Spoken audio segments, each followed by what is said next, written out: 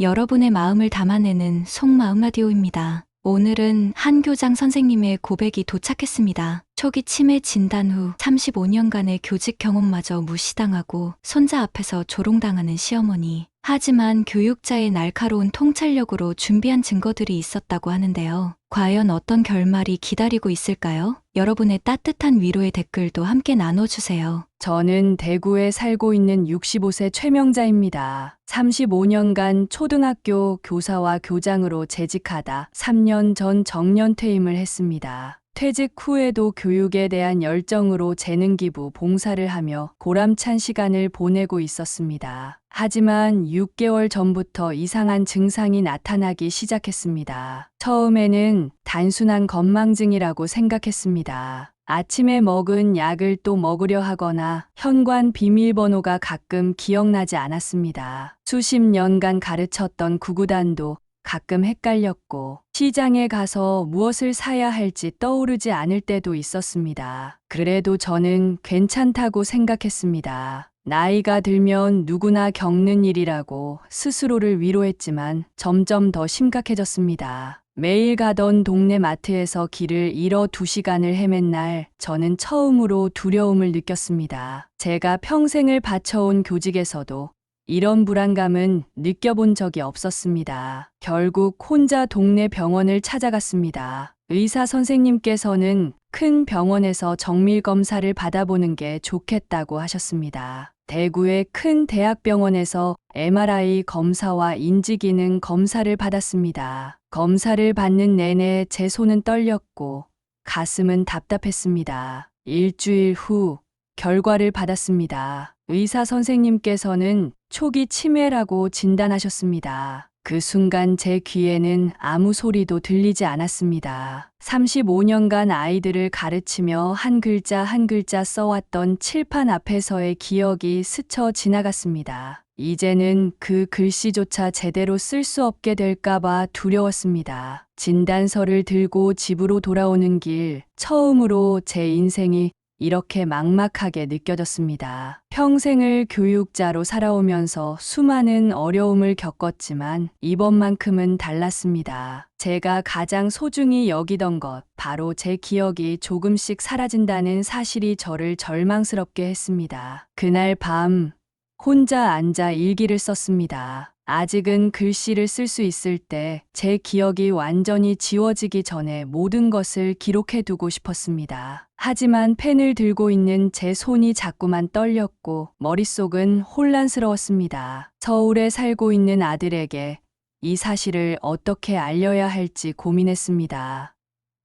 변호사가 된 아들이 자랑스러웠지만 이런 모습을 보여주고 싶지는 않았습니다. 하지만 더 이상 혼자 지내기는 어렵다는 것을 인정할 수밖에 없었습니다. 아들에게 전화를 걸었던 그날 떨리는 목소리로 제 상황을 설명했습니다. 진단서를 사진으로 찍어 보내고 나니 아들은 바로 대구로 내려왔습니다. 퇴임 후 처음으로 아들을 보는 순간 제 눈에서는 눈물이 흘렀습니다. 아들은 제가 정년 퇴임할 때도 바빠서 오지 못했는데 이번에는 즉시 달려왔습니다. 아들의 얼굴을 보니 그동안 제가 얼마나 외로웠는지 깨달았습니다. 아들은 제 상태를 확인하고는 서울로 모시겠다고 했습니다. 마포구에 있는 그의 집으로 가서 함께 살자고 했습니다. 처음에는 거절했습니다. 며느리와 어린 손자가 있는 집에 제가 들어가면 폐가 될 것 같았기 때문입니다. 하지만 아들은 제 손을 잡고 설득했습니다. 대구에 있는 제 집을 정리하는 일은 생각보다 힘들었습니다. 35년 교직 생활의 추억이 담긴 상장들, 제자들이 보내준 편지들, 교과서와 교재들, 하나하나가 다 제 인생의 일부였습니다. 혹시나 이 물건들을 보면서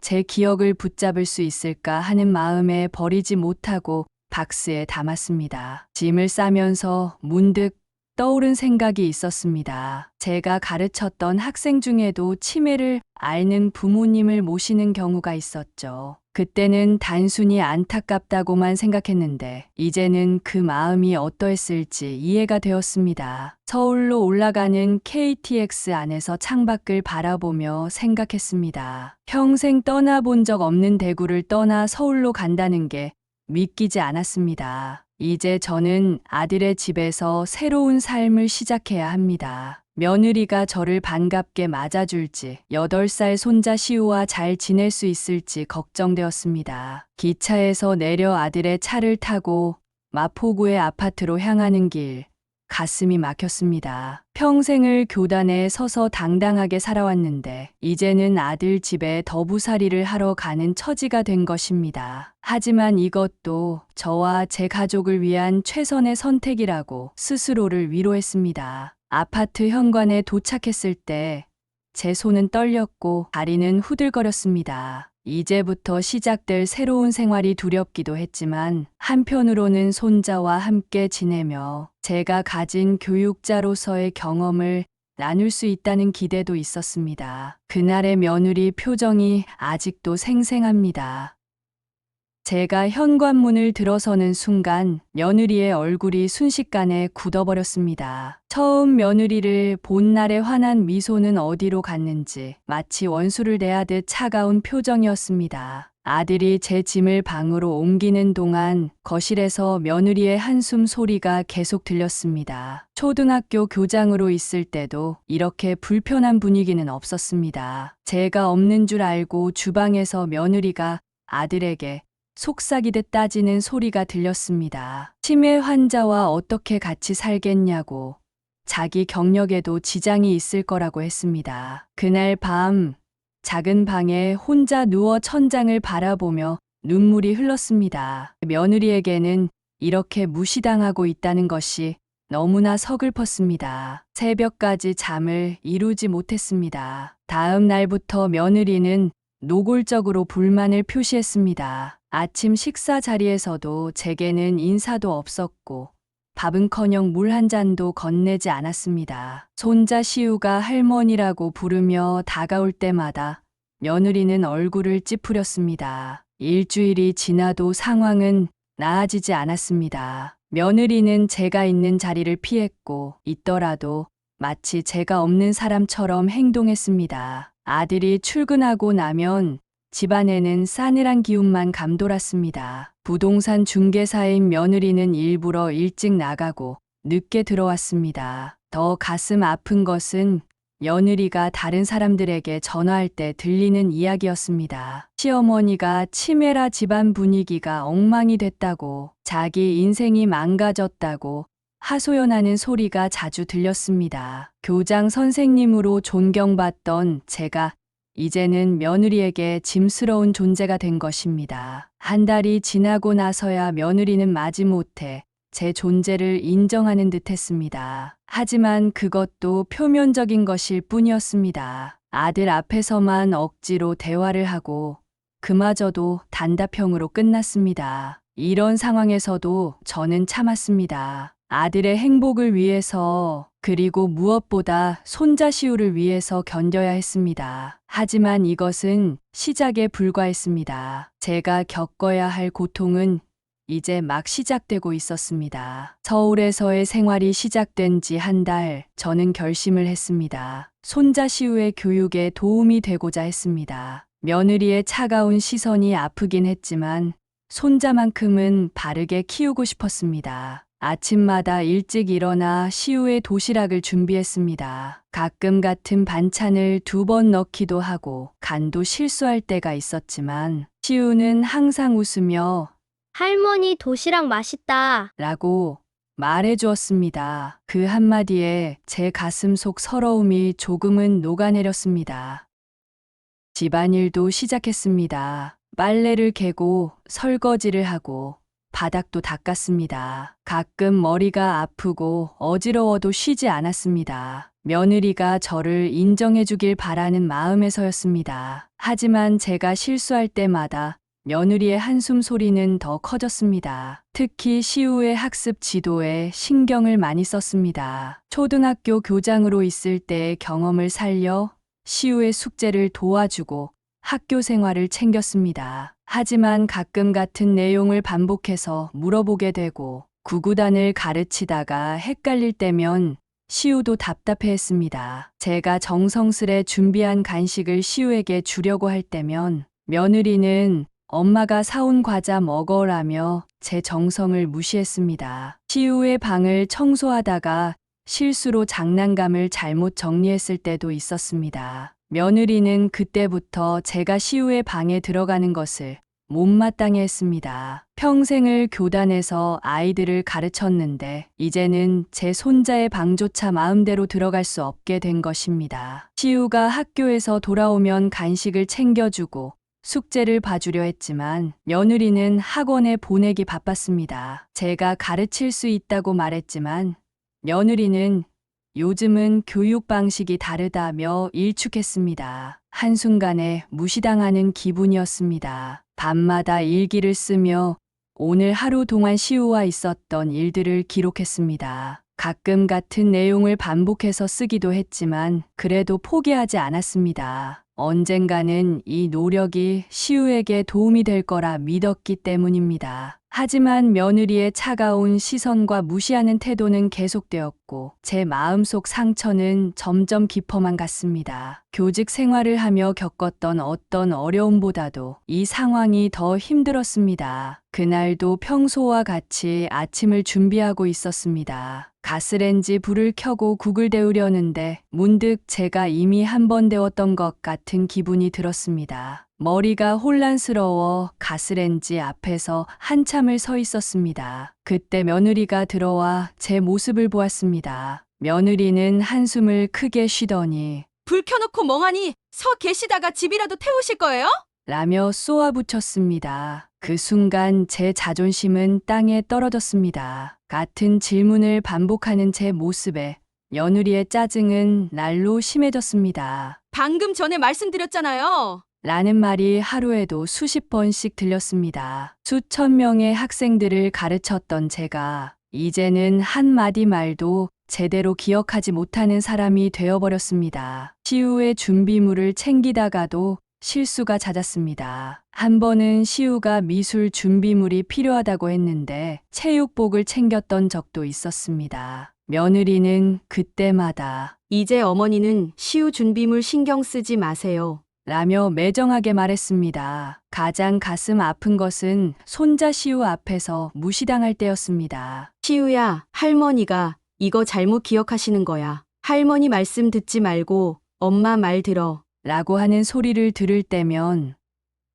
교장 선생님으로 있을 때 당당했던 제 모습은 온데간데 없이 사라졌습니다. 식사 시간도 힘들었습니다. 며느리는 제가 같은 반찬을 2번 담는 것을 보고는 밥맛 없게 왜 그러세요? 라고 했습니다. 35년간 학교에서 급식 시간마다 아이들과 함께하던 즐거운 기억이 이제는 고통스러운 시간이 되어버렸습니다. TV를 보다가도 같은 장면에 대해 여러 번 물어보게 되었습니다. 그럴 때마다 며느리는 리모컨을 빼서 채널을 돌려버렸습니다. 어차피 보셔도 기억 못 하시잖아요. 라는 말이 제 가슴을 파고들었습니다. 빨래를 개다가도 같은 옷을 여러 번 만지작거리고 청소를 하다가도 같은 자리를 반복해서 닦았습니다. 며느리는 그런 제 모습을 휴대폰으로 몰래 찍어서 남편에게 보내기까지 했습니다. 평생을 바른 길로 살아왔는데 이제는 감시당하는 죄인이 된 것 같았습니다. 밤마다 혼자 누워 천장을 바라보며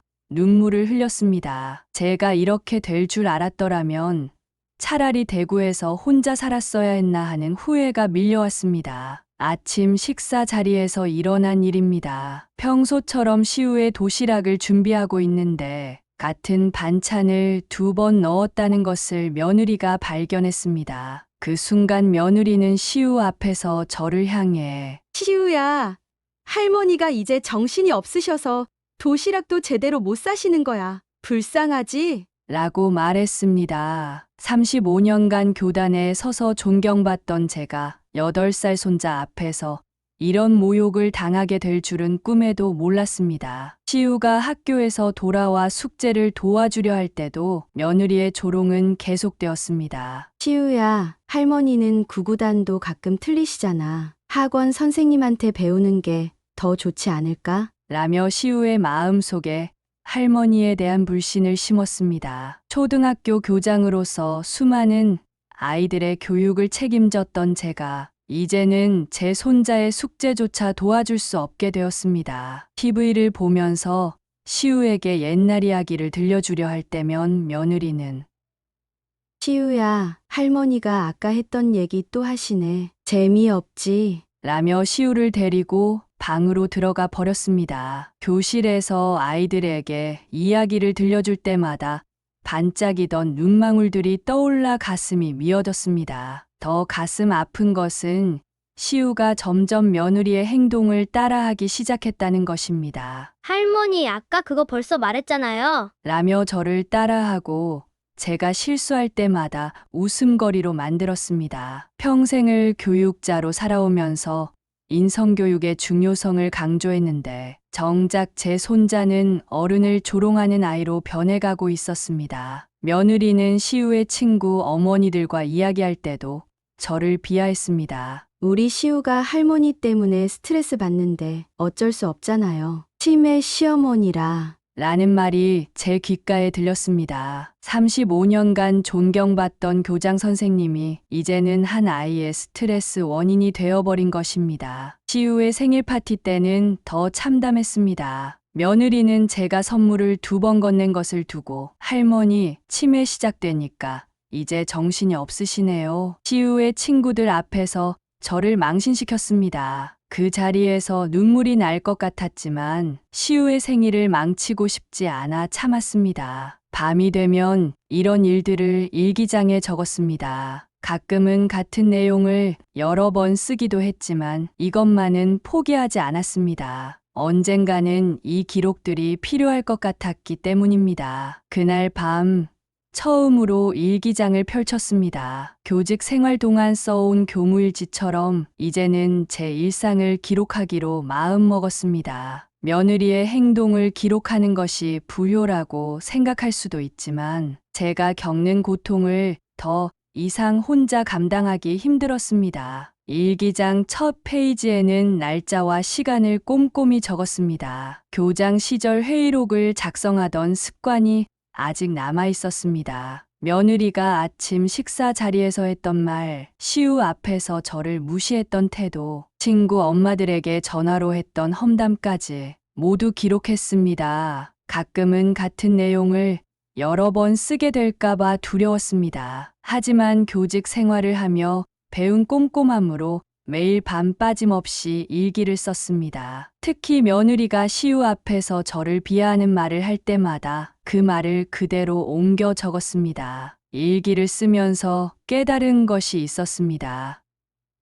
며느리의 행동이 단순한 감정적 대응이 아니라는 것입니다. 마치 계획적으로 저를 고립시키고 있다는 생각이 들었습니다. 문제 학생들을 상담하며 길러온 통찰력으로 이런 패턴을 발견할 수 있었습니다. 일기장에는 며느리의 행동뿐만 아니라 제 감정도 솔직하게 적었습니다. 교장 선생님으로서의 위험은 잠시 내려놓고 한 인간으로서 느끼는 서러움과 절망감을 모두 담았습니다. 가끔은 눈물이 떨어져 글씨가 번지기도 했습니다. 시우와 관련된 일은 특별히 자세히 기록했습니다. 며느리가 시우에게 어떤 식으로 할머니를 무시하도록 부추기는지, 그리고 그로 인해 시우의 태도가 어떻게 변해가는지를 세세하게 적었습니다. 교육자로서 이런 기록이 나중에 시우의 인성교육에 중요한 자료가 될 것이라 생각했기 때문입니다. 밤마다 일기를 쓰는 동안은 이상하게도 머리가 맑았습니다. 평소에는 자주 잊어버리고 혼란스러워하면서도 일기를 쓸 때만큼은 모든 기억이 선명했습니다. 마치 교직 생활이 저에게 마지막 사명을 준 것 같았습니다. 일기장은 제 방 서랍 맨 아래에 숨겨두었습니다. 며느리가 청소한다며 제 방을 뒤지고 다니는 것을 알고 있었기 때문입니다. 이 기록들은 제가 가진 마지막 자존심이자 언젠가는 아들에게 보여주어야 할 증거였습니다. 매일 밤 일기를 쓰면서 다짐했습니다. 제가 비록 치매 환자이지만 교직에 몸담았던 교육자로서의 자존심만큼은 지키겠다고. 그리고 이 기록이 언젠가는 진실을 밝히는데 도움이 되리라 믿었습니다. 그날은 시우의 등교를 준비하던 아침이었습니다. 평소처럼 도시락을 준비하고 있는데 시우가 거실에서 저를 따라하는 모습이 보였습니다. 이거 넣었던가? 안 넣었던가? 라며 저의 혼란스러운 모습을 흉내내고 있었습니다. 아이들을 가르치며 이런 가슴 아픈 경험은 처음이었습니다. 며느리는 시우의 그런 모습을 보고 웃으며 우리 시우가 할머니를 잘 관찰했네. 라고 했습니다. 손자가 할머니를 조롱하는 것을 보고 웃음거리로 만드는 며느리의 모습에 가슴이 찢어지는 것 같았습니다. 점점 시우의 태도는 더 나빠졌습니다. 제가 TV 리모컨을 찾지 못하고 있으면 할머니 또 까?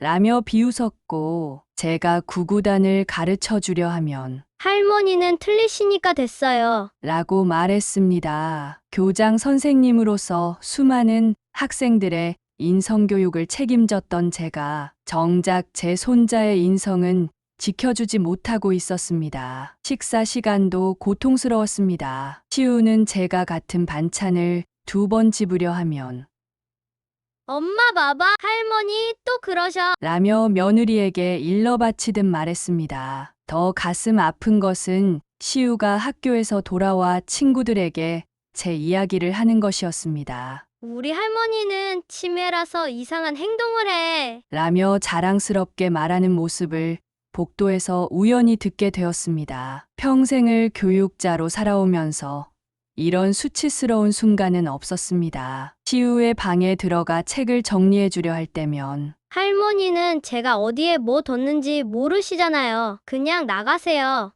라고 말하기 시작했습니다. 이제는 손자의 방조차 들어갈 수 없게 되었습니다. 밤마다 이런 일들을 일기장에 적으면서 눈물을 흘렸습니다. 아들에게 이런 상황을 알려야 할지 고민도 했지만 아들의 행복을 위해 참기로 했습니다. 하지만 시우의 모습이 점점 더 나빠지는 것을 보며 이대로 두면 안 되겠다는 생각이 들었습니다. 교장 시절 문제 행동을 보이는 학생들을 상담할 때면 항상 원인을 찾으려 노력했습니다. 하지만 이번에는 원인이 명확했습니다. 며느리의 그릇된 교육이 시우를 이렇게 만들고 있었던 것입니다. 그날 아침 중대한 결심을 했습니다. 교직 생활에서 배운 것이 하나 있다면 모든 문제 해결에는 증거가 필요하다는 것이었습니다. 일기장만으로는 부족했습니다. 며느리의 행동과 시우의 변화하는 모습을 더 확실하게 기록할 필요가 있었습니다. 인터넷에서 작은 CCTV 주문했습니다. 학교 안전을 위해 CCTV 설치했던 경험이 도움이 되었습니다. 거실 책장 위,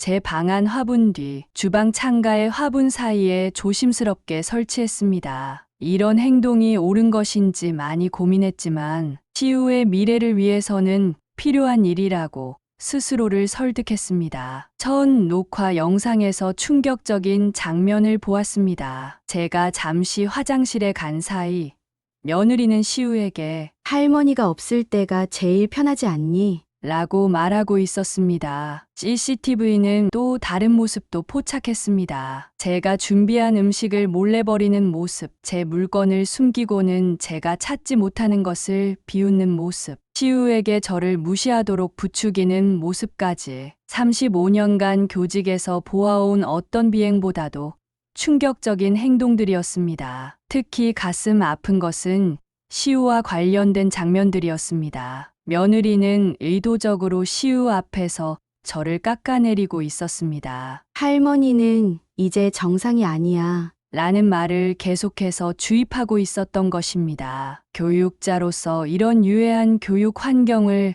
그냥 두고 볼 수는 없었습니다. 밤마다 녹화된 영상을 확인하고 정리하는 일은 힘들었습니다. 가끔은 같은 영상을 여러 번 보게 되기도 했지만 꼭 필요한 작업이었습니다. 모든 영상은 날짜와 시간 순서대로 정리해서 US 저장했습니다. 이 모든 과정을 하면서도 마음이 무거웠습니다. 한 아이의 할머니로서 이것은 제가 해야만 하는 일이었습니다. 시우의 바른 성장을 위해서는 이런 증거 수집이 필요했습니다.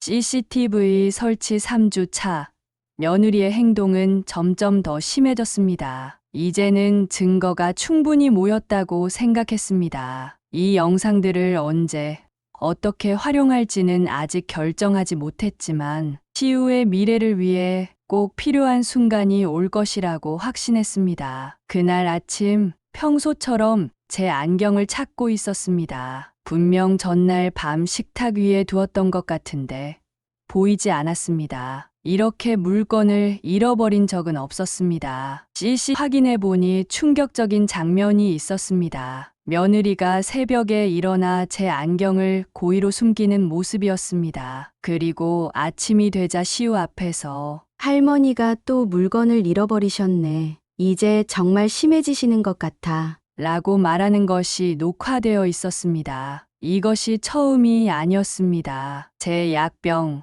보청기, 안경, 휴대폰까지. 며느리는 계획적으로 제 물건들을 숨기고는 제가 찾지 못할 때마다 치매 증상이 심해진다며 한숨을 쉬었습니다. 교장으로 재직할 때도 이런 악의적인 행동은 본 적이 없었습니다. 특히 약병을 숨기는 것이 가장 고통스러웠습니다. 정해진 시간에 먹어야 하는 약을 찾지 못해 당황하고 있으면 며느리는 또 약 시간을 잊으셨어요? 라며 비아냥거렸습니다. 35년간 학교에서 시간표를 완벽하게 지켜왔던 제가 이제는 약 먹을 시간조차 헷갈리는 사람이 되어버린 것처럼 보이게 만들었습니다. 며느리는 제 통장과 도장도 자주 숨겼습니다. 그러고는 치매 환자가 돈을 관리하면 위험하다. 며 아들에게 말하곤 했습니다. 교직 생활 동안 학교 예산을 한 푼도 실수 없이 관리했던 제가 이제는 제 통장조차 맘대로 볼 수 없게 되었습니다. 더 가슴 아픈 것은 손자 시우의 선물을 숨길 때였습니다. 시우의 생일 선물로 준비한 책을 며느리가 감춰버리고는 할머니가 선물을 깜빡하신 것 같네. 라고 말하는 걸 들었습니다. 교사 생활을 하며 단 한 번도 학생들의 생일을 잊은 적 없었는데 이제는 손자의 선물조차 제대로 줄 수 없게 되었습니다. CC로 이 장면을 지켜보면서도 바로 대응하지 못했습니다. 제가 CCTV를 설치 사실이 들통나면 더 큰 문제가 될 것 같았기 때문입니다. 대신 이 모든 장면을 유에 저장하고 일기장에도 꼼꼼히 기록했습니다. 밤마다 잠들기 전 내일은 어떤 물건이 사라질지 두려웠습니다. 하지만 이 모든 기록이 언젠가는 진실을 밝히는데 도움이 될 거라 믿었습니다. 그날 밤 드디어 모든 증거를 정리하기 시작했습니다. 한 달간의 기록들을 하나하나 점검했습니다. 매일 밤 써온 일기장과 CCTV 영상들을 시간 순서대로 정리하면서 며느리의 행동이 얼마나 계획적이었는지 다시 한번 깨달았습니다. 첫 번째로 정리한 것은 일기장이었습니다. 총 30일간의 기록을 깔끔하게 타이핑했습니다. 며느리의 막말, 시우 앞에서의 모욕적인 언행, 물건을 숨기는 날짜와 시간까지 모두 상세하게 기록했습니다. CCTV 영상도 체계적으로 분류했습니다. 물건 숨기기, 언어폭력, 시우 교사, 일상적 무시로 카테고리를 나누어 정리했습니다. 특히 충격적인 장면들은 따로 편집해서 저장했습니다. 며느리가 제 약을 숨기는 장면, 시우에게 할머니를 무시하도록 가르치는 장면, 제 물건을 일부러 망가뜨리는 장면까지 일기와 영상을 대조하면서 며느리의 행동에서 특별한 패턴을 발견했습니다. 아들이 출장을 가거나 늦게 들어오는 날이면 특히 더 심한 행동을 했다는 것을 알게 되었습니다. 모든 자료는 3개의 유에 복사했습니다. 하나는 제가 갖고 하나는 신뢰할 수 있는 옛 동료 선생님께 맡겼으며 마지막 하나는 나중에 아들에게 전달하기 위해 보관했습니다. 영상을 다시 보면서 가장 마음 아팠던 것은 시우의 변화하는 모습이었습니다. 처음에는 할머니를 사랑하고 따르던 아이가 며느리의 영향으로 점점 달라지는 과정이 고스란히 담겨 있었습니다. 교육자로서 이런 변화를 지켜보는 것이 가장 고통스러웠습니다. 마지막으로 아들에게 쓰는 편지도 준비했습니다. 하지만 감정적인 호소는 하지 않았습니다. 사실관계만을 명확하게 전달하고자 했습니다. 이 모든 작업을 마치고 나니 이상하게도 마음이 차분해졌습니다. 아들의 행복한 가정을 깨고 싶지 않았지만 이대로 두면 시우의 미래가 걱정되었습니다. 편지 마지막에는 제가 요양원으로 떠나겠다는 결심도 적었습니다. 이는 도망이 아닌 시우의 올바른 성장을 위한 결단이라고 설명했습니다. 새벽 아들이 출근하기 전 조심스럽게 그의 서류 가방에 US 편지를 넣었습니다. 제 아들에게 이런 방식으로 제 고통을 전달해야 한다는 사실이 가슴 아팠습니다. 제 자식에게 이런 식으로 마음을 전한 적이 없었습니다. 하지만 이것이 시우의 미래를 위한 최선의 선택이라고 믿었습니다. 그리고 마지막으로 아들에게 부탁했습니다. 며느리를 미워하지 말고 대신 시우의 교육에 더 신경 써달라고. 교육자로서의 경험으로 볼 때 미움과 증오는 결코 좋은 해결책이 될 수 없다는 것을 잘 알고 있었기 때문입니다. 그날 아침 여명이 밝아오기 전에 조용히 짐을 쌌습니다. 일기장과 CCTV 영상에 남은 사본 그리고 몇 벌의 옷까지만 가방에 넣었습니다. 아들이 출근하고 시우가 학교에 간 후 며느리도 부동산 중개사 일을 하러 나갔습니다. 빈집에 혼자 남아 마지막으로 시우의 방을 둘러보았습니다. 책상 위에는 제가 가르쳐준 구구단이 아직 남아 있었고 벽에는 제가 들려준 동화 속 주인공을 그린 그림이 걸려 있었습니다. 거실에서는 지난 3개월간의 기억이 스쳐 지나갔습니다. 며느리의 차가운 눈빛, 시우의 변해가는 모습, 그리고 제가 겪었던 모든 수모들. 교장 선생님으로 일할 때는 상상도 못했던 일들이었습니다. 현관에서 신발을 신으면서 마지막으로 한 번 더 집 안을 둘러보았습니다. 부엌 식탁에는 아침에 시우가 먹다 남긴 우유잔이 그대로 있었습니다. 평소라면 당연히 치웠을 텐데 이번만큼은 그대로 두었습니다. 이것이 제가 이 집에 살았던 마지막 흔적이 될 것이기 때문입니다. 택시를 타고 요양원으로 향하는 길, 창밖으로 스치는 풍경이 모두 낯설어 보였습니다. 35년간 매일 아침 학교로 출근하던 그 길과는 전혀 다른 길이었습니다.